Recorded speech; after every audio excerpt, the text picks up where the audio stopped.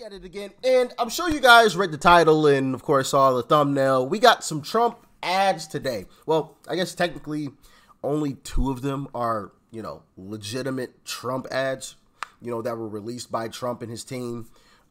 This first one, I believe, was released by a PAC. So yeah, technically there's only two, but it's the first one that was released by a PAC is kind of like a Trump ad. It's in favor of Trump and going against Biden, so I believe it counts. All right, gosh darn it. Okay, we ain't gonna get too specific on that one, but anyway, as always, you guys let me know your opinion on which one was the best or which one was your favorite and why. Let me know in the comment section. All right, this first one's about a minute long, so with that being said, let's dive in. This is Joe Biden's real record on race. Do you agree today that you were wrong to oppose busing in America? There's not a racist bone in my body. I've been involved in civil rights my whole career. Biden claims he's a champion for civil rights, but his record would suggest otherwise. They're gonna put you all back in chains. Poor kids are just as bright and just as talented as white kids. Biden recalling his early Senate career, bringing up two segregationist senators, Herman Talmadge and James Eastland, who called African Americans an inferior race. This is Joe Biden talking about Barack Obama. We got the first sort of mainstream African American who was articulate and bright and clean, nice-looking guy. And you don't know my state. My state was a slave state. After 50 years of racist statements and racist policies, black Americans deserve better than Joe Biden. If you have a problem figuring out whether you're for me or Trump, then you ain't black. Hellfire PAC is responsible for the content of this advertising. Yeah. Hellfire PAC out of Houston, Texas. Okay. Houston, Texas. What do y'all think? I like it. It gave us a lot of information, right, on how racist Joe Biden actually is. A lot of the same clips that I've used in the past as well. It presented them in an interesting way. I love the graphics, and it wasn't crazy long. All right, so, hey, that's a strong contender. That is a strong contender. I won't say number one quite yet, because we still got two more to go, but that one's definitely a strong contender. What do y'all think? Strong contender thus far. Now, this one is an official ad that was released, I guess, immediately after the debate last night. Yeah. So I'm sure y'all can guess where this one is about to go. Here we go. Check it out. Both colors. Making sure that we're able to make every single solitary person eligible for what I've been able to do with the COVID. With dealing with everything we have to do with. Look, if we finally beat Medicare, we're providing housing for black Americans. The impact on the choice. The idea that they're gonna, I'm proposing that everybody, the millionaires pay 1%. So no one I've not raised the cost of Social Security for anybody. I got my handicap, which when I was vice president, down to a 6. And wants to get away with, get rid of the ability of Medicare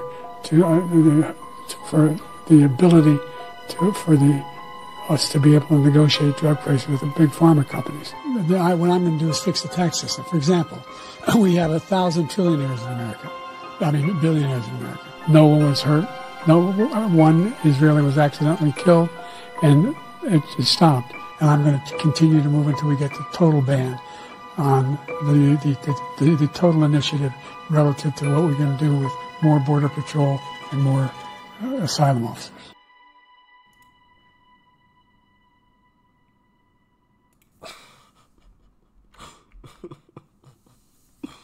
Now, if I'm going to be honest, and this may not be a popular opinion, and y'all can let me know in the comment section. I'm fine with being alone. I'm fine with thinking a little differently. But that one's probably gonna be last. One, I didn't really like the little music in the background. Not a big fan of it. And like for me at this point, like I know Joe is senile. You know, I know it. I know it's happening. I know what's going on. So I guess maybe for the rest of America that don't see this on a daily basis, you know, maybe they would be more interested in something like that. But I see it all the time. And I actually had a conversation with someone just yesterday before the debate. And they were like, Rich, are you excited for the debate? You know, are you excited? And I was like, honestly, not really. Because I know what's going to happen. Like, I've watched it 1,000 times. Like, Trump's going to come out strong, right? He's going to do his thing. Obviously, he can be a little aggressive, or he could, like, pull back a little bit. Obviously, he pulled back a little bit. He wasn't overly aggressive, which I like that approach. I think that was a great approach. Because if he was overly aggressive, that's all they would have been talking about today. So I know that. And then I also know Joe Biden's going to come out. He's going to walk out like an old feeble man. And he's going to be slurring through his words like he always does. He's going to freeze like he always has, right? And he's probably going to stumble off of stage when the thing's over, okay? And that just about all happened. Just about every bit of it. So, like, I already knew the outcome. It was just a matter of checking out the highlights, right? Now, granted, I did watch a good portion of the debate last night. Anyway, but still, like, I already know what was gonna happen. You know, anybody that watches this stuff on a daily basis, like, you know. But for the masses, I guess, especially for Democrats, maybe it's more important for them to see it. I will say that, but I see this all the time, so like, I'm not shocked.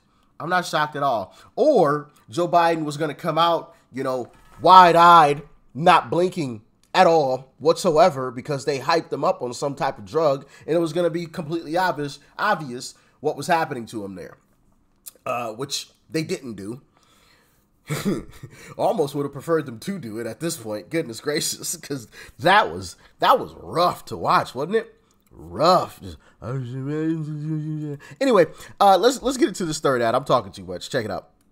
No matter what Joe Biden promised in the debate, ask yourself, are you financially better off since he became president? Are you and your family safer since he became president? Is our country more secure since he became president? After 4 years of failure under Joe Biden, it's time to make America prosperous and strong again. Donald Trump for president again. I'm Donald Trump, and I approve this message. Solid. So my order would probably go the first one first, the last one second, and the second one last. So this one is first. Record would suggest otherwise. They're going to put you all back in chains. That one is first. The one that we just watched last there. This one. Put it big screen. He became president. After 4 years of failure. That one is second, and then the Joe Biden mumbling and bubbling on the stage is third. Not to say that it's a terrible ad, right? You know, the one with Joe Biden, because it is pretty funny. I will admit that. Eligible for one. You know, this one. Not to say it's a terrible ad, of course, but if I had to rank them, that's definitely third, for sure. Because I've seen it 1,000 times. You know, at a certain point, it's just like, I get it. Right? You know, although we do have our laugh about it whenever it does happen, especially since the media, like, for a long time, until after last night's debate, tried to lie about it. You know, oh, Joe Biden's fine. He's great. He's the sharpest attack. He's my mentor and all this silly stuff. It's just like, come on now. You're not fooling anybody. Like, we see this. And we're going to keep exposing it until you admit it. Right?